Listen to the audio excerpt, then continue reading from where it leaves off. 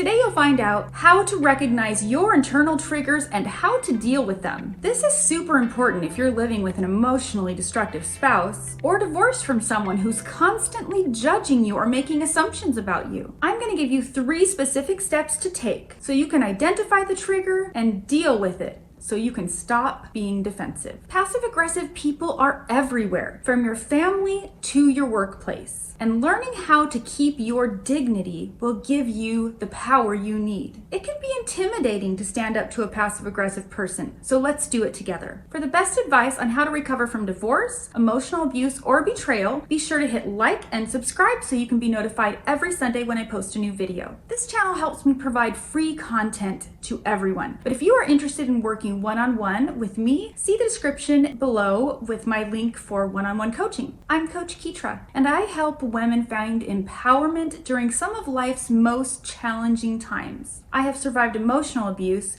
betrayal, and a divorce after a 17-year marriage, as well as the recovery process in an emotionally destructive marriage. I have been down this road, and you don't have to do it alone. Step 1. Identify the feeling. When someone says something to you that stings or doesn't quite sit right, we need to identify what we're feeling and the moment we start feeling it. What are you actually feeling? Is that person making an assumption about you? Is that person insinuating that you have bad intentions? Let me demonstrate with a story. I had a client who was newly divorced, and she had taken her son to a restaurant that had a bar in it, and the ex-husband knew about it. So the next time they were all together and she was around her ex-husband, he made some snide comment that was rude to her, and she decided to leave the situation, which was a good choice. But as she was leaving, he throws out a comment that says, "Oh, have fun at the bar," naming the place she had gone a week prior with her son. And in saying that, he was insinuating that she was leaving to go hang out at the bar and do something that he didn't approve of or that was bad. So immediately she feels the need to defend herself and say, "I'm not going to the bar. What are you talking about? I had no intention of going to the bar." And now she's defending herself against an accusation that was completely made up. And even if it wasn't made up, even if she did plan on going to the bar, who cares? He's her ex-husband now. These are the kinds of situations we get sucked into, and we feel the need to defend ourselves and prove our worth. What she needed to do in that moment was identify the feeling that she had on the inside. The feeling was, I'm being judged and I'm a bad person, and I need to explain that I'm not a bad person so that he understands. But she didn't need to do any of that. The real reason she's been taken back is because of her internal trigger and the story she's telling herself about his assumptions. Why does she even feel the need to explain? It's helpful when you can step away from the situation and ask yourself, what are you feeling and why are you feeling it, and when did you first feel like this? So you can understand the underlying part of you that has sensitivities to someone judging you in this area. Ask yourself, why am I walking on eggshells? Be honest with yourself. And answer, are you trying to manage this other person's behavior and reaction? Are you doing that just to keep the peace? These are all important things to answer so you can get to the root of the problem. Step 2. Pay attention to the internal story. We oftentimes tell ourselves that we need to prove to the world that we're good people, we're kind and likable. When others insinuate that we have ulterior motives, we feel desperate to prove this to them because our self-worth is wrapped up in what they think of us. In the bar story, she felt desperate to prove that she was good and not bad. You see, she had been the one to instigate the divorce and he didn't want it. So she felt tremendous guilt. But the truth is, she gave him lots of opportunities to get the help that he needed to address his issues, and he flat out refused. So telling ourselves the truth is, even though she filed, he chose this divorce because she requested specific change that would have brought health to their relationship, and he flat out refused to do it. So in the end, he chose the divorce and he chose the separateness. so she can let go of the guilt that she's tormenting herself with. She had such extreme guilt that she was walking on eggshells all the time. And then when he would accuse her, she would over-explain herself just to prove that she was good. This is very common when our self-worth is wrapped up in others' opinions of us. The truth is that she is a good and kind person. She is a competent adult, and she can make decisions for herself without his consent or input. The truth is she does not need to justify her actions to anyone. They are no longer married and she doesn't need his approval. But even if you still are married, if things are not damaging to the other person, you are an adult. You can make choices that you make all on your own. You can communicate them to your spouse respectfully and honestly, but you have the say in your life. This dynamic can play out in all kinds of relationships: adult, child, and parent relationships, and workplace relationships. But knowing where your weaknesses are inside is going to empower you. It's our job to make sure that our internal story is not all about defensiveness and fear, but one of competence and strength. It's not anyone else's business what we do with our life, especially if it does not affect them in any way. Step 3, moving forward. To move forward from a place of competency and strength, we must set boundaries. We can verbally tell these boundaries to the other person or write them down, but we don't have to. We don't have to tell anyone what our boundaries are, but we do have to know inside of ourselves what they are and what our plan is. If someone does or says something that is uncomfortable for us as far as accusatory, we can simply walk away. We don't have to say a word. That is us physically demonstrating our boundary to leave a situation when someone behaves a certain way. If you feel like you need to answer, then you can say something that does not engage, like, "You're entitled to your own opinion," and then just walk away. We are not required to make other people feel better about their own insecurities. In the bar story, that ex-husband was insecure about the idea of her being in a place where she might start dating or run into other men. That is not